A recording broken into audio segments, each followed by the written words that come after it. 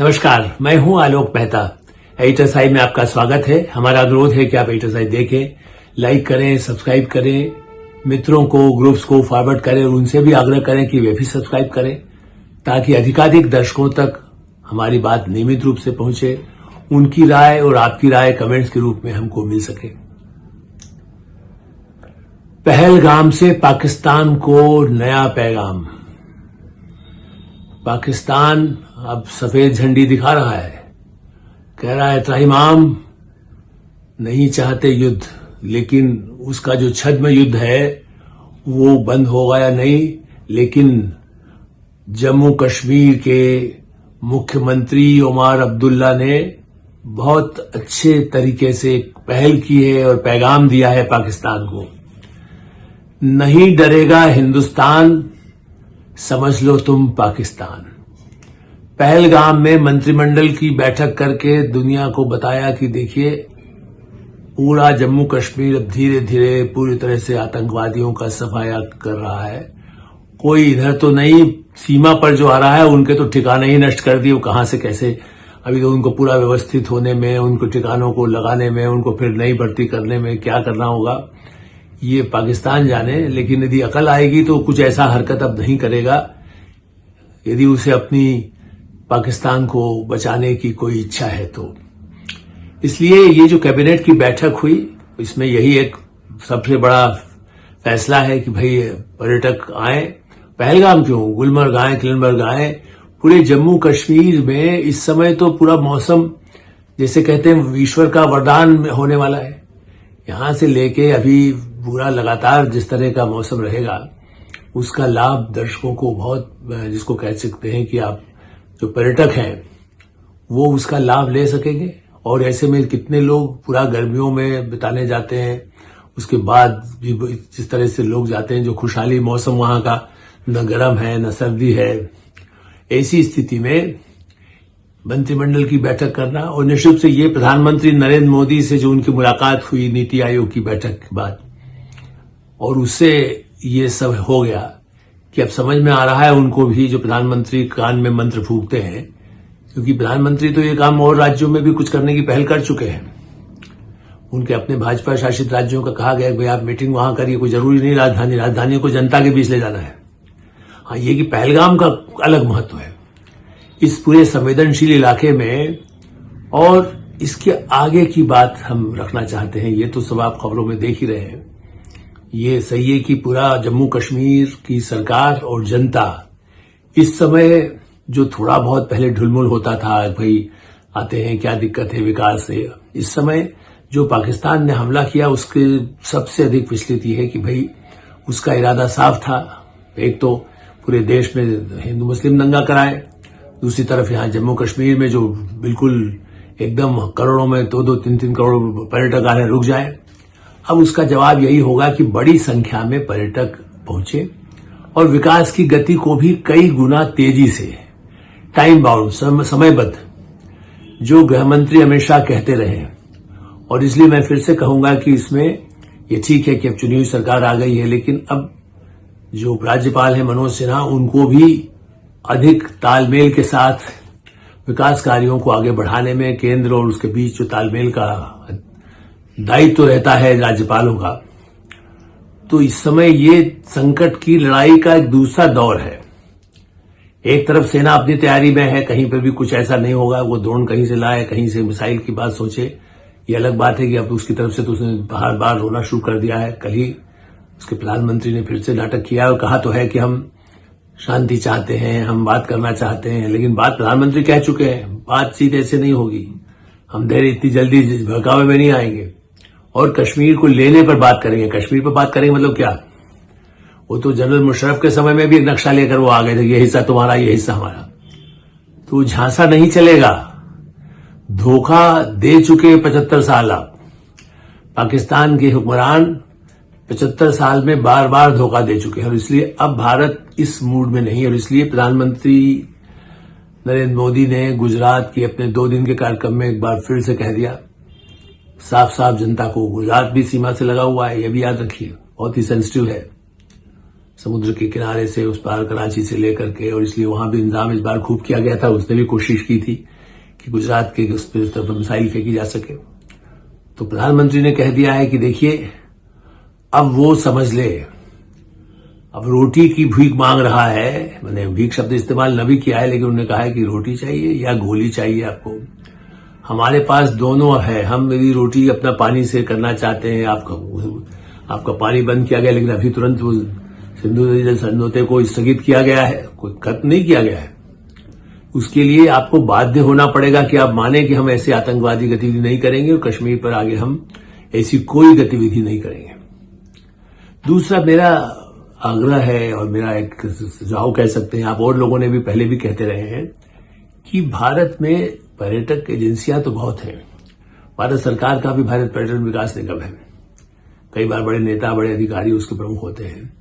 एक अभियान इस समय चलाने की आवश्यकता है कि कितने बड़े पैमाने पर आप कश्मीर को पर्यटकों को ले जा सकें। जब भारी भीड़ होगी और उनके साथ सुरक्षा के पर्याप्त प्रबंध होंगे, चारों तरफ इस बार तो चौकसी होगी, ऐसा तो अब नहीं होगा। उसमें चाहे सेना है, अर्धसैनिक बल है, पुलिस है। जम्मू कश्मीर की पुलिस को भी काफी हद तक ठीक किया गया है। ऐसी स्थिति में जो पड़ोसी राज्य हैं, हरियाणा, पंजाब है, दिल्ली है, राजस्थान है, उत्तर प्रदेश है, फिर और ये तो पास में है, तो जा ही सकते हैं। और उनमें कोई स्पेशली कंसेशन आप सुविधाएं दे दीजिए। रेल मंत्री हैं हमारे यहाँ, बड़े भी सुविधाएं, लोग तो जाते हैं, ऐसे भरी होती। इस समय चूंकि कम जा रहे हैं, ये सही है कि पर्यटकों की संख्या कम है, इसलिए वहां हाहाकार मचा है। चाहे वहां के लोग हों, दुकानदार हों, घोड़े पर घुड़सवारी कराने के लिए लोग हैं, मतलब पूरा रोजगार वहां ठप काफी हद तक रुक गया है। कुछ जाते हैं, कुछ होता है, लेकिन उस तरह का नहीं है जो एक तरह प्रभाव बना हुआ था। तो इसलिए क्यों नहीं यह संभव है कि विशेष पैकेज, विशेष योजनाएं इस समय, जैसे लाल बहादुर शास्त्री ने किया था या प्रधानमंत्री ने कई बार ऐसी अपील की कि आप इसको इस समय आप स्वास्थ्य के लिए आप तेल का खाना कम कर दीजिए, वनस्पति तेल खाना कम कर दें। तो ऐसे ही या भी इस तरह का कोविड में इन प्रिकॉशन को रखें। तो ये एक संकल्प हो, इसमें लोग मुनाफा कुछ महीने के लिए भूल जाएं, दुनिया को संदेश जाए कि हम हो सकता है। फिर क्या है, फिर मध्य प्रदेश है, फिर उड़ीसा है, फिर बिहार है, गुजरात है, महाराष्ट्र है, केरल है, तमिलनाडु है, कर्नाटक है। पूरे देश के हिस्सों से बड़े बड़े पैमाने पर टूरिस्ट एजेंसियों के मार्फत, बसों के जरिए, हवाई जहाज के जरिए, रेल के जरिए, स्पेशल ट्रेन, तीर्थ यात्रा है ना भाई। लोग जम्मू वैष्णो देवी जाने के लिए भी तो स्पेशल ट्रेन चलाई जाती है। जब बिहार में त्योहार आता है, दिवाली के समय में या छठ पूजा के समय, तो स्पेशल ट्रेन चलाई जाती है।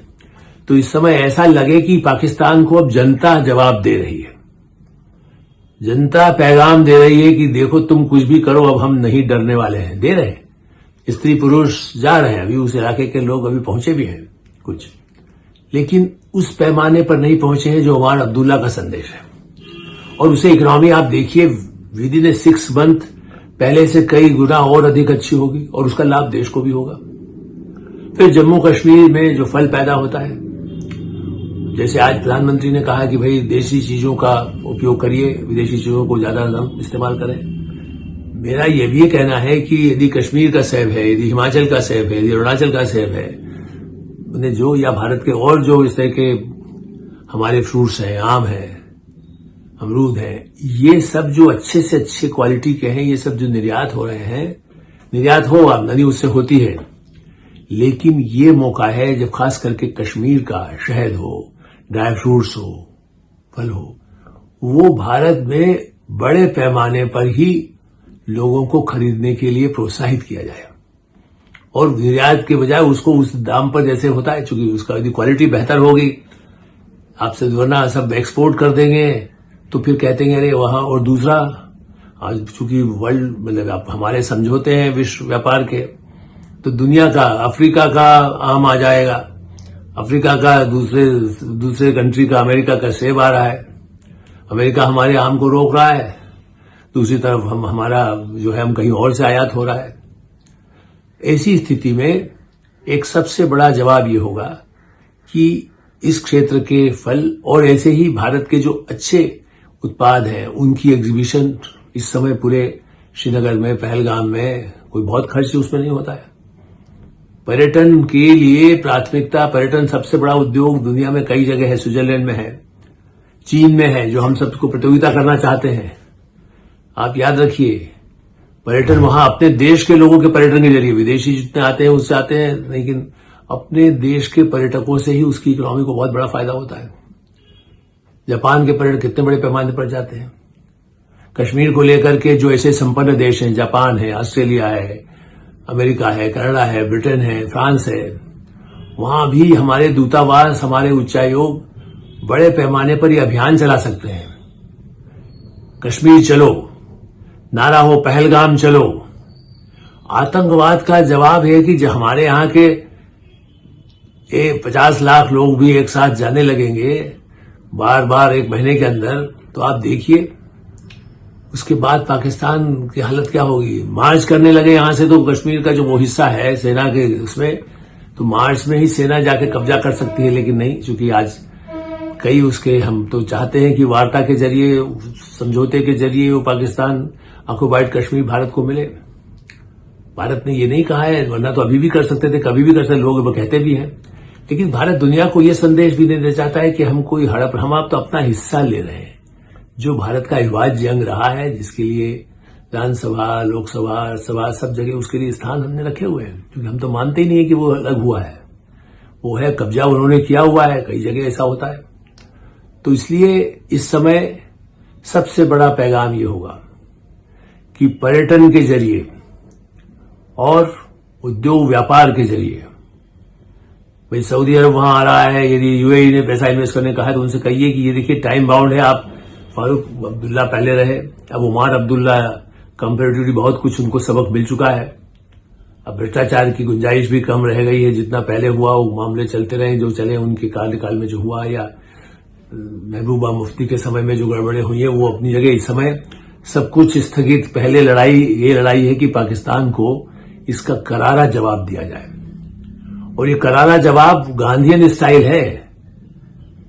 बंदूक लेकर जाने को नहीं कहा जा रहा है, बंदूक की सुरक्षा रहेगी, वरना खतरा तो पिछले दिनों में यदि आपने देखा हो तो एक हफ्ते में कितनी घटनाएं अमेरिका में हुई है, जहां मासूम लोग सड़क पर जा रहे हैं, मॉल में जा रहे हैं, उनको मार दिया गया। अपराध तो हो सकते हैं, तो उसको आतंकवादी भी हो सकते हैं, अपराधी भी हो सकते हैं। वहां तो आतंकवादी भी एक घटना हुई, इजराइल के 2 कर्मचारियों को बिल्कुल नृशंस हत्या की गई, उसमें भी आतंकवादी थे ही।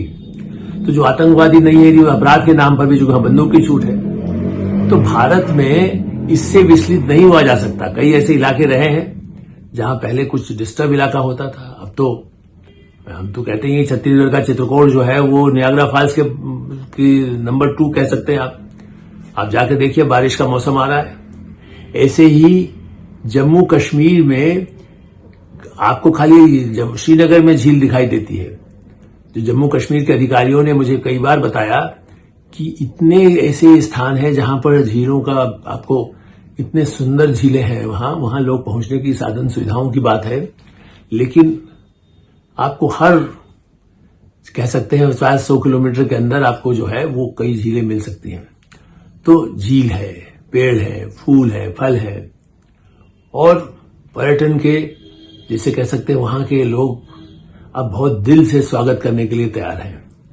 तो सरकार और जनता मिलकर के जो जवाब देगी वो सेना की भी शक्ति को दुगना करेगी, अर्धसैनिक बलों की शक्ति को भी दुगना करेगी। ये प्रधानमंत्री बार बार कहते हैं कि भाई इसका जवाब हमारी जनता है 140 करोड़, हम डरने वाले नहीं है। तुम एटम का नाम ले लो, एटम बम लगा देंगे, तो वो तो उसके बाद तो उनके, जब हमने कहा कि आप 1-2 चलाएंगे ना परमाणु मिसाइल, तो यहां से पूरा परमाणु मिसाइलों का पूरा भंडार और पूरे आपके अड्डे और पूरा रक्षा मंत्रालय आपका खत्म हो जाएगा। उसका संकेत तो दे ही दिया गया था, उसके किनारे पर कुछ रावलपिंडी में भी बम धमाके करके, मिसाइल छोड़ करके। इसलिए पैगाम होगा पाकिस्तान को, पर्यटन का पैगाम, जनता का पैगाम, हम न झुकेंगे न डरेंगे, हम कामयाब होंगे, आतंकवाद से लड़ने में कामयाब होंगे। ये संकल्प केवल प्रधानमंत्री नरेंद्र मोदी और गृह मंत्री अमित शाह या रक्षा मंत्री राजनाथ सिंह, विदेश मंत्री एस जयशंकर का नहीं है, ये पूरे भारत का संकल्प है। और इसमें सबको मिलकर के ही एक बड़ी भूमिका निभानी होगी। एडिटर साहब हमें विराम देते हैं। आप एडिटर साहब देखते रहिए, लाइक करें, सब्सक्राइब करें, मित्रों को उसको फॉरवर्ड करें और आपकी कोई राय हो तो उससे भी हमें अवश्य अवगत कराएं। धन्यवाद, नमस्कार।